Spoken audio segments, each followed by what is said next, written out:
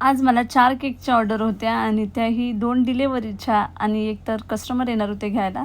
आणि हा जो केक होता ना, तो होता जंगल थीममध्ये पायनॅपल फ्लेवरमध्ये होता आणि हा कलर बनवायला मला अर्धा तास गेला आहे. कारण चॉकलेटचा असतं तर कसं आपण चॉकलेटची क्रीम लावून कवर करू शकतो, तर तो बनतच नव्हता. तर फायनली खूप वेळा ट्राय केल्यानंतरला बनला आणि छान वाटत होता. साधा सिम्पल लुक, पण मला पर्सनली जाम आवडला. हा बघा, हा होता त्या केकचा फायनल लुक आणि हा पण त्याच मॅमचा होता.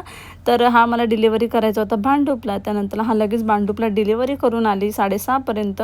आणि आल्यानंतरला जो दुसरा केक होता बटरफ्लायचा, तो रेडी करून घेतला. आणि जो अर्जंटमध्ये आलेली मला दुपारी ऑर्डर डस्ट रफलची, तर मॅम बोलले की मी घ्यायला येईल 10 पर्यंत, बघा ट्राय करा.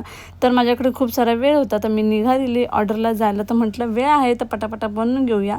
तर त्यांचा जो केक होता, कारण की यायला किती वेळ लागेल नाही लागेल मला माहीत नव्हतं, तर मी पटकन बनवायला घेतला.